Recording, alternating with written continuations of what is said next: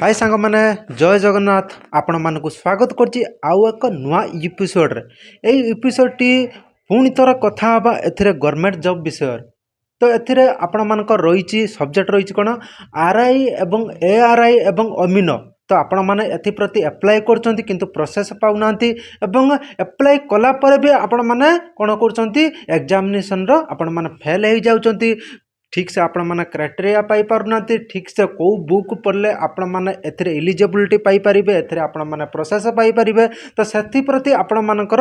आपण माने ही पाउनांती तो एई भिडियोटी शेष पर्यंत देखंतु जदि भिडियोटी भलो लागुची लाइक करंतु शेयर करंतु एवं चैनल टी सब्सक्राइब करनी तो जहाँफल एमती गवर्नमेंट जॉब्स अपडेट सर्वप्रथम आपण मैंने ही पाई परिबे तो आरआई एवं एआरआई एवं अमीन पई देखिबा गले एथिरे आपण मानकर कोन रहउची एथिरे ओएसएससी तरफ एथिरे आसुची तो ओएसएससी ओडिशा सब कोऑर्डिनेटर स्टाफ सिलेक्शन तरफ आपण मानकर आसुची तो एथिरे आपण मानकर कोन रहिची प्रथम आपण मानकर देखिया गले शिक्षागत योग्यता जदि आपण माने ग्रेजुएशन कंप्लीट करथिबे आर्ट्स किंबा कॉमर्स किंबा साइंस रो जदि कंप्लीट करथिबे त एथिरे आपण माने अप्लाई करि परिबे प्रथम आपण मानकर कोन रहिची एजुकेशन क्वालिफिकेशन जदि आपण माने ग्रेजुएशन कंप्लीट करथिबे आर्ट्स किंबा कॉमर्स किंबा साइंस रो त एथिरे आपण माने निहाती भाबरे अप्लाई करि परिबे तो एथिरे आपण मानकर बयस सीमा 20 वर्षरु सर्वाधिक होइतिबा दरकार एवं आपण मानकर 38 वर्ष पर्यंत रहितिबा दरकार एससी एवं एसटी एवं एससीबीसी पई आपण मानकर कोन रहिछि ओमेन पई कोन रहिछि 5 वर्ष रिलैक्सेशन रहिछि गवर्नमेंट रूल्स हिसाब रो एवं पीडब्ल्यूडी पई 10 वर्ष पई रहिछि गवर्नमेंट रूल्स हिसाब रो रिलैक्सेशन मध्य रहिछि तो एथिरे आपण मानकर प्रार्थी जो प्रार्थी एग्जाम देवाई चाहूँगी एथिरे प्रोसेस रे अप्लाई करछि सेमाने उड़िया कहि पारुथबा दरकार उड़िया लेखि पारुथबा दरकार तो एथिरे आपण मानकर एथिरे मैट्रिक रो उड़िया भी एक सब्जेक्ट रहिथिबा दरकार तापर ओएसएससी वर्तमान आरआई जो एआरआई पई जो अमीन पई आपण आउची तो एथिरे आपण मानकर कोन एग्जाम प्रोसेस कोन रहिछि तो शेष पर्यंत देखंतु आपण माने डिटेल्स भाबर सब किछि जानि परिबे जा फल रे आपण माने कोनोसी दुविधार जाइके आपण माने अप्लाई करि परिबे तो फेज 1 प्रथम आपण मानकर जो एग्जामिनेशन हबो फेज 1 प्रिलिमिनरी एग्जाम प्रथम आपण मानकर कोन हबो प्रिलिमिनरी एग्जाम या केवल स्क्रीनिंग टेस्ट हबो आपण मानकर एमसीक्यू द्वारा हबो तो मल्टीपल चॉइस क्वेश्चन द्वारा एथिरे आपण मानकर फेज 1 प्रथमे हबो तापर फेज 2 आपण मानकर कोन हबो मेन एग्जाम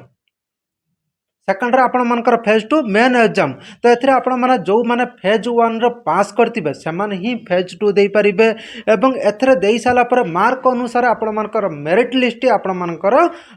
बाहर प्रस्तुत हुए तापर आपण मानकर फेज 3 रही जो फेज 2 पर जो फेज 3 रही तो फेज 3 रे आपण मानकर प्रैक्टिकल स्किल टेस्ट हम आपण मानकर कोन हम प्रैक्टिकल स्किल टेस्ट एथिरे आपण मानकर कंप्यूटर चलाइबा परीक्षा एमएस ऑफिस आपण मानकर टेस्ट निया जाए तो एथिरे आपण मानक कहूँ जो मैंने आरआई एआरआई अमीन पई अप्लाई करुचंती एवं अप्लाई करिया पई चाहूचंती प्रथमे आपण माने कोन करंतु कंप्यूटर एमएस ऑफिस भलो भाबे शिखि नियंतु जदि आपण माने कंप्यूटर विषय ज्ञान नाही तो आपण माने प्रथमे कंप्यूटर शिखि नियंतु एवं सर्टिफिकेट कोर्स एक रखी कि सर्टिफिकेट नै जांतु जहा कि आपण मानकू आगो को फ्यूचर रो भी बहुत काम आसीबो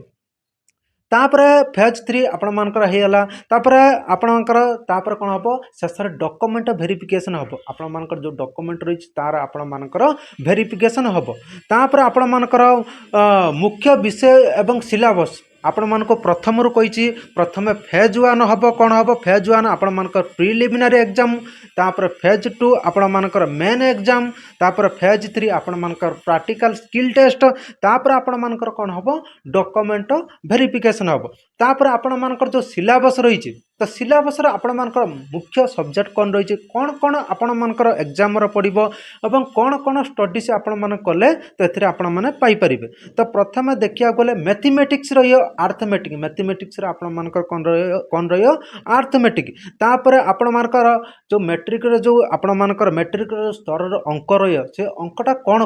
तो देखिया गले एथिरे आपण मानकर नंबरिक सिस्टम रहिबो तापर आपण मानकर परसेंटेज रहियो एवं आपण मानकर प्रॉफिट लॉस रहियो एवं टाइम एंड वर्क विषय मध्य रहियो तो एथि प्रति आपण माने ध्यान दियंतु एथिरे आपण मानकर नंबरिक सिस्टम रहिबो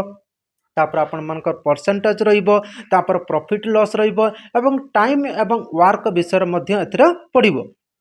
तापर जनरल अवेयरनेस तापर आपनकर कोन आसीबो जनरल अवेयरनेस तो एप्रति आपण मैंने ध्यान देवे ओडिशा इतिहास भूगोल एवं करंट अफेयर्स एवं आपण मानकर संविधान तो तापर आपण मानकर इमिति आपण मानकर आसीबो। तापर आपण मानकर इंग्लिश ग्रामर आर्टिकल्स एवं आपण मानकर वर्ब एवं आपण मानकर प्रीपोजिशन भी एथिरे आपण मानकर पड़िबो।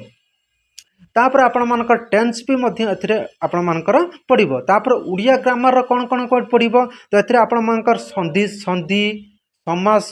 तापर आपण मानकर रूढ़ी तापर आपण मानकर प्रतिशब्द आपण मानकर पड़िबो। तो एई वीडियो शेष पर्यंत देखंतु एवं ध्यानर सहित देखंतु जहाँकि आपण माने फ्यूचर रे भी आपण मानकर दरकार हबो। तापर आपण मानकर कंप्यूटर नॉलेज तो पूर्वर कहि कंप्यूटर नॉलेज निहाती आवश्यक जदि कंप्यूटर नॉलेज शिखिचंत तो एथरे आपण माने अप्लाई करिवार सुविधा हबो एवं आपण माने एग्जाम रो कोनोसी किछ असुविधा हबो नै। तो एथरे computer knowledge Windows MS Word तापर एमएस एक्सेल पावर पॉइंट विषय आपण मानकर टेस्ट हबो। तापर एथरे आपण मानकर जो इंटरनेट पावर पॉइंट एवं इंटरनेट विषय आपण मानकर भी पड़िबो। तापर आपण मानकर क्यों बही पढ़िबे तो किछि पिला एथरे आपण मानकर फेल हो जाती कौन फेल हो जाती ना एथरे बही ही पाते नहीं कौन बही पढ़ले एथरे आपण मानकर एग्जाम आपण माने इलिजिबिलिटी हो पारिबे तो सही बही कौन करती गलत बुक नहीं जाती जो गलत बुक नहीं नेबा समय नाती तो सही समय कौन हुए जो एग्जाम आपण माने कौन पैटर्न पाती नहीं। तो एथरे आपण माने कौन करिवे तो मैथ फास्ट ट्रैक ऑब्जेक्टिव एवं अर्थमेटिक राजेश वर्मा किंबा आपण मानकर आरएस अग्रवाल रो बुक नियंतु एथरे आपण मानकर सुविधा सुजोग मध्य पाई परिबे। तापर जनरल नॉलेज पई आपण मानकर तरुण गोयल ओडिशा जीके पई ओडिशा ऑब्जेक्टिव पई एई बही आपण मानको बहुत सुविधा सुजोग दबो। तापर English high school English grammar तापर आपण मानकर किंबा बीके पब्लिकेशन लो आपण माने मध्य नै परिबे। एई बुक सब आपण माने पढंतु एवं एई बुक प्रति आपण माने ध्यान दियंतु आपण माने जानि परिबे। प्रथम आपण मानकर कोन रहिछि मैथ पाए फास्ट ट्रैक ऑब्जेक्टिव एथरे आपण मानकर कोन रहउछि राजेश वर्मा किंबा आरएस अग्रवाल नै परिबे। तापर आपण मानकर जनरल नॉलेज पाए तरुण गोयल रे आपण माने नै परिबे। तापर English high school English grammar पाए आपण माने बीके पब्लिकेशन रो करि परिबे। तापर उड़िया सरस्वती व्याकरण आपण माने सरस्वती जो उड़िया व्याकरण रही है दशम श्रेणी पर्यंत जहाँ भी रही है आपण माने ध्यान दियंतु। तापर आपण माने कंप्यूटर पई जदी करचंती आरियास कंप्यूटर अवेयरनेस एथरे आपण माने देखि नंतु आपण मानको सुविधा हबो। तापर आगु को किमिति प्रिपेयर हेबे एथरे आपण माने सब तो पाई गले किंतु आगु को किमिति प्रिपेयर हेबे किमिति रूटीन बनैबे किमिति कोन आपण माने प्रिपेयर हेबो। तो नियमित आपण माने कोन करंतु 4 रु 5 घंटा पाठ पढंतु सकाळू लेकिन संध्या पर्यंत 4 रु 5 घंटा पाठ प्रति आपण माने ध्यान दियंतु। तापर आपण मानकर बेसिक क्लियर करंतु मैट्रिक लेवल गणित एवं व्याकरण को भल भाव आपण माने बुझंतु व्याकरण एवं गणित को आपण माने भल भाव बुझंतु। मॉक टेस्ट प्रति रविवार एक ऑनलाइन मॉक टेस्ट नियंतु जहाँकि आपण मानकर जहाँ द्वारा टाइम मैनेजमेंट हबो। तो जहाँ द्वारा आपण मानकर कौन हम टाइम मैनेजमेंट हम। तापर करंट अफेयर्स पे आपण माने गत 6 रु 8 मास मुख्यर घटनावली नोट करंतु। 6 रु 8 मास भीतर जहाँ भी घटनावली होइछि करंट अफेयर्स पे तो सेतिर आपण माने कौन करंतु नोट नहीं जातु। तापर आपण मानकर प्रीवियस ईयर जो रही क्वेश्चन पेपर ओएसएस रो जो रही पुराना प्रश्न पत्र आपण माने देखि नियंतु एथरे कठिनता आपण माने जानि परिबे। जो ओएसएस रो पुराना प्रश्न रही तो पुराना प्रश्न आपण माने देखि नियंतु एथरे आपण मानकर कोन कठिन रही कोन सरल रही तापर भी आपण माने जानि परिबे। पूर्वरु आपण माने जानि के रखले तो आपण मानको सेतल को कुछ असुविधा हबो नाही। तापर आपण मानकर कोन रही तापर आपण माने जदि आपण माने परिश्रम एते कई साला पर जदि आपण माने परिश्रम न करिवे तो आपण मानकर किछि हबन परिश्रम ही आपण मानको सफल दिने दिने हबो जदि आपण मानकर लक्ष्य अछि आरआई एआरआई अमीन पई जदि लक्ष्य अछि तो आपण माने नियाती भाबरे सुजोग पाई परबे नियाती भाबरे आपण माने सफल हेई परिबे एवं जदि आपण मानकर परिश्रम नाही लक्ष्य नाही जदि आपण माने खाली पढ़िबे एवं आपण माने जदि एथि प्रति ध्यान न देबे केवल कहिबे जे मु पढ़िबी तापर आपण माने एग्जाम देबे तो एथि प्रति आपण माने कोनोसी किछि करि परिबेनी जदि आपण मानकर कर्म एवं लक्ष्य जदि साथ रथिबा आपण माने कोनोसी शीर्ष उपर मध्य जाई परिबे जदि वीडियोटी भलो लागुचे लाइक करंतु शेयर करंतु एवं चैनल टी को सब्सक्राइब करनु तो जा फल रे इमिते गवर्नमेंट जॉब रो अपडेट एवं बही